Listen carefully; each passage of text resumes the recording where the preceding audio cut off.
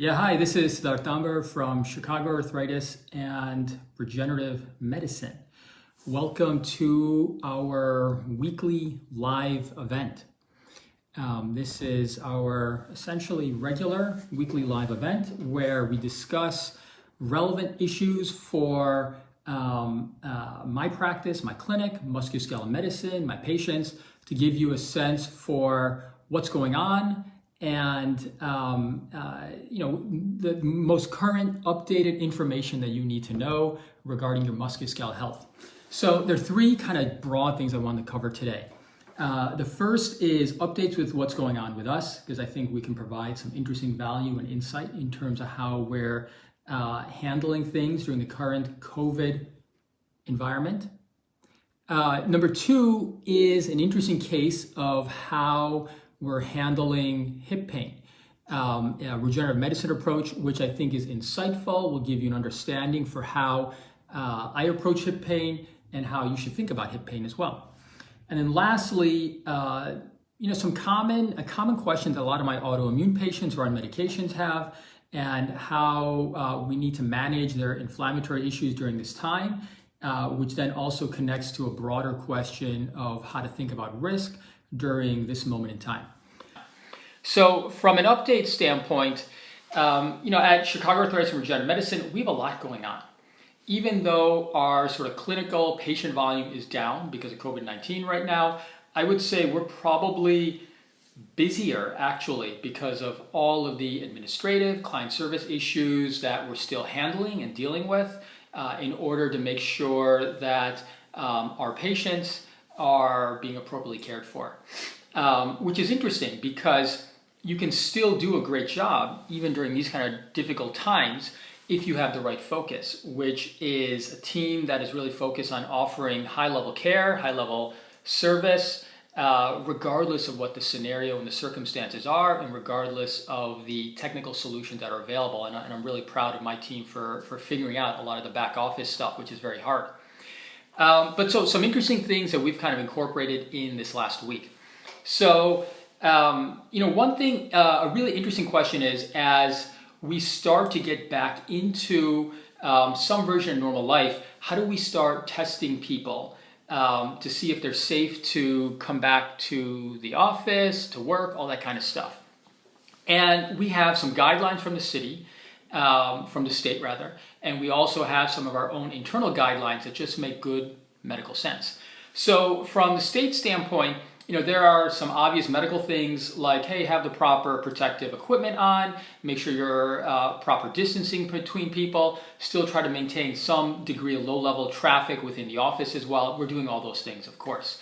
We're trying to do most of our patient care via this kind of method, mainly because I think we can still do a great job of helping patients with their current or active or chronic issues in just this kind of method. And then the other thing is, just by having less foot traffic in the office, it's a safer environment for patients that do have to come in. And in that regard, when it comes to procedures or infusions, that lower level of foot traffic is keeping those patients safe. In addition, per state guidelines, we, for any sort of procedure patients, for any of our platelet, bone marrow stem cell treatment patients, we do need to check some additional COVID-19 antibody or COVID-19 testing. So specifically, the recommendation is nasal swab testing, and so we're complying with that. So the interesting thing is what tests are appropriate, effective, how reliable are they? And we've spent a lot of time thinking this through, going through what's available, and we have some internal guidelines about how we're trying to handle things. For example, for my own team, we are checking weekly antibody testing for all of us, and I'll explain why in a moment. We're also checking daily temperatures, daily symptom checks, all those kind of basic things. The nature of testing is that there is no test when it comes to medicine that is 100% foolproof. There's always some false negatives, some false positives, and as long as you understand the circumstances where that can happen and the reason why you're checking the testing, you can still make some smart, intelligent decisions based on what those results are. So in that regard, with the antibody testing, there are risks of false negatives, By checking everyone in the office, our team weekly will reduce that risk. There's also a risk of false positives, and we actually have a plan for how to handle that as well. But by checking antibody testing weekly on the team at work, where each one of us is individually considered low risk because none of us really have any significant medical issues, our hope is that if any of us develop anything, we have a plan where we can appropriately take care of that in an early stage by that kind of testing, so that we're not only protecting those of us that work in the clinic, but the rest of you, patients, and everyone else as well. And I think that's important. We actually have internal guidelines, and I meet with my practice administrator, Davey, and I meet with my physician assistant, Leah. We're meeting on a weekly basis to kind of revamp those so that as more information comes out, as more updated testing comes out, we are at that leading edge of making sure that we're protecting everyone. So that's what we're doing from a protection standpoint. We're not rolling out antibody testing. We're not rolling antibody testing significantly to patients because we're still trying to figure out how best to use that. There's some reliability issues with there. Eventually, we're going to figure that out and try to take care of things properly. So that's sort of our biggest updates right now in terms of how we're handling things. The other things are we are continuing to help patients if they need to be in the office, whether that's infusions or select procedures. We're still able to do that in a safe, compliant way that's medically appropriate, safe for all of you as well, and also meets all the guidelines from a regulatory standpoint as well. Right, next. So I had a really interesting hip pain patient this past week that I think has a lot of interesting things that we can all learn from. And I think for patients to understand how we handle musculoskeletal issues when it comes to wear and tear arthritis, there's some subtleties that are important to understand. So when it comes to wear and tear arthritis, it's so important to understand that it's very rarely just one structure that's the problem. It's a whole unit that's problematic. Meaning when somebody comes in with hip pain, you can't just think, is it the hip joint that's a problem? You have to ask, are there any soft tissue issues, ligaments, tendons? Is there any other adjacent joints like the SI joint or anything nerve related from the lower back that could be related? So in this particular case, and I actually made a TikTok video of this and I put it up on all of our social sites and I got a lot of interesting kind of feedback from that. It was a woman who has some chronic lower back issues and has some more recent onset right hip pain. And upon examination, imaging, discussion, we sort of figured out that her pain was maybe slightly coming from the hip joint, but more predominantly from the soft tissue structures, meaning tendons around the hip, and then also from the lower back and the SI joint. So she had failed sort of multiple other conservative processes and treatments, so we ended up proceeding with platelet-rich plasma. And we were able to help her out because we ended up using a very high concentration of platelet-rich plasma into the hip joint and into the SI joint. We also ended up injecting a lower concentration of platelet-rich plasma into the hip tendons and ligaments. And then lastly, also injecting platelet growth factors into the epidural space to treat some of the nerve-related pain. I'm very confident that's going to give her a great result, in large part because we properly pinpointed where her issue was, which is that it's not just coming from the hip joint, but from all those other structures. Number two, because we took a comprehensive approach, which means that instead of just treating that one structure that might be involved, we treated the whole functional unit, which meant treating not only the joint, adjacent joints, nerves, soft tissue, and because of that, she'll likely do better longer term as well. And lastly, because using like really high level ultrasound and x-ray guidance, able to make sure we're really directly and exactly hitting the right things, which will go a long way to getting her to feel better longer term as well. The other aspect in her case was she actually had a similar kind of pain a couple of years ago for the left side and did dramatically well when we had the same kind of approach to treatment. So very confident she'll actually do well there as well. But big takeaways are if you do have some kind of joint issue, it's never good enough to just say, hey, my problem is just this one thing. You really have to think 2-3 orders deeper to really get at what's really driving things to get a better result. Lastly, so a question that keeps on coming up. I've made some videos on this, but it keeps on coming up, and I understand why. from my autoimmune inflammatory arthritis patients who are on chronic medication, immunosuppressant medication, I have a lot of them asking, hey, is it safe and appropriate for me to be taking treatment? And the simple answer is yes, but the more nuanced answer is you have to think about risk and you have to understand it in a more deeper, more meaningful way. So the evidence and what we're hearing from physicians all over the world are international and national medical specialty organizations is that if you are an autoimmune patient that's on chronic immunosuppression or medications and you're well controlled with medication, you should continue that medication. And in fact, what we're seeing is that if your only issue is that you have an autoimmune issue and you're on meds, there does not seem to be significantly higher rates of problems being on these meds if you were exposed to COVID-19. So you're okay staying on those meds. Now, the reality is that you have to think deeper than that, meaning that not everyone is a 25-year-old that's on a medication, right? A lot of our folks are people that are 60 plus that are taking medications and have other medical issues as well, whether that's diabetes, kidney issues, liver problems, heart problems. Like, it's more nuanced.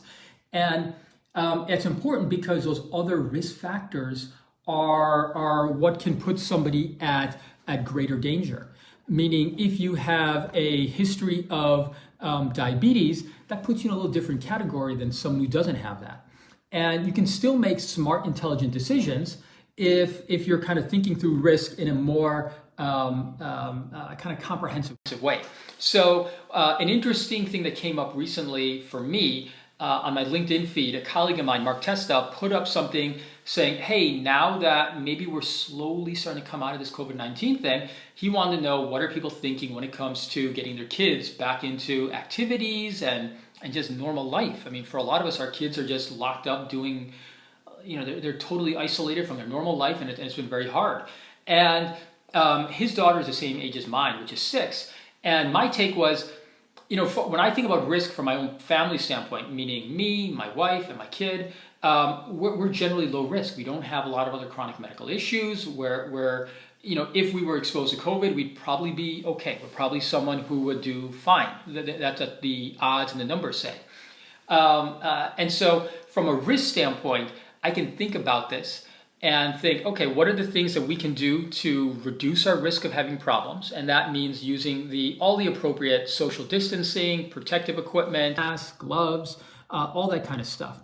But take it to the next level, which is how do I start thinking about how this affects other parts of my life as well? So I've started to have conversations of risk, not only between me and my wife about what do we think from a family standpoint, but also with my parents, also with my team at work. And each level, the risk kind of conversation is a little bit different. It's a little bit nuanced.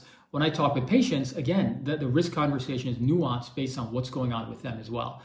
And it's interesting. I actually have a great grand uncle, my grandfather's brother in Delhi. I think he's in Delhi. I met him for the first time. He's 92, 93 years old. I met him for the first time that I recall last year when my family was visiting India. And I was told today by my mother that he actually is in the hospital in the ICU there with COVID. And so, it makes you realize that there are different levels of risk conversation. And I think it's worthwhile for all of us that at a moment where we're now more hyper interested and concerned about risk, that you need to start thinking about your own risk. Meaning, what are the risks for you and your family? What are the risks that you have as you start to reintegrate into normal life and society and work? How do you sort of start to think about that? You don't want to be reactive, either too aggressive or too conservative. You want to be able to think about risk in a way that makes sense to you. I think if you do have chronic medical issues, it'd be very important and helpful to actually have those conversations with your own trusted physician, because realistically, those conversations are going to be nuanced and it's going to vary from person to person. It's the conversations I'm going to have about risk with my wife are going to be different than the conversations I have with my parents.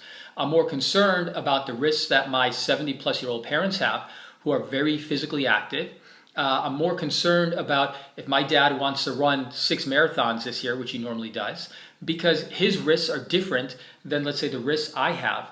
And that nuance is important because what we're seeing across the country is that different communities, states have different sense of risk tolerance. And the risk that we can take here in Chicago, where it's dramatically more populated, compared to the risk that somebody might feel comfortable taking in rural southern Illinois, is going to be very different. And while you can take some basic guidelines, individually you need to think about this in a more nuanced and appropriate way. And realize that conversation continues to change. And what you may think now, next week, based on what's happening in the world, what's happening in terms of testing, vaccination, stuff like that, that'll change as well. And constantly having that sort of intermittent risk analysis in your own head is helpful. You don't want to make this an anxiety-provoking issue. You want to be thoughtful and intellectual about how does it help to make some thoughtful decisions. Utilize the resources you have, meaning don't rely on necessarily your national news sources that are just giving you sort of the extreme version, but utilize your trusted physician sources and other trusted resources to help make that decision. And I think it's helpful to think about it that how do you, in a practical, intermittent fashion, keep on thinking about that. So at work, we do that by weekly having that meeting where we're talking about what is our plan for COVID testing and protection for all of us and for staff and for patients. And I think having that same kind of process in my own personal life and in your own lives, I think would be helpful as well, so that you can guide yourself through this kind of tricky moment, because a lot of our understanding of how we're going to get back into regular life is a day-by-day, week-by-week kind of process where we learn from each other and what other people are doing. And I think the key is to keep your head on straight, don't get too far to one extreme, and make some decisions that make sense and utilize the people that can help guide you. Hope that's helpful. I am extremely grateful that everyone who had a chance to log in is able to do so. If you have questions, if you have things you want to hear more about, message me, call me, email me, whatever. And I'd like to keep this kind of conversation going on a weekly basis. And until next week, hope everyone is doing well. Hope you stay healthy. Have a good day and live well. Bye-bye.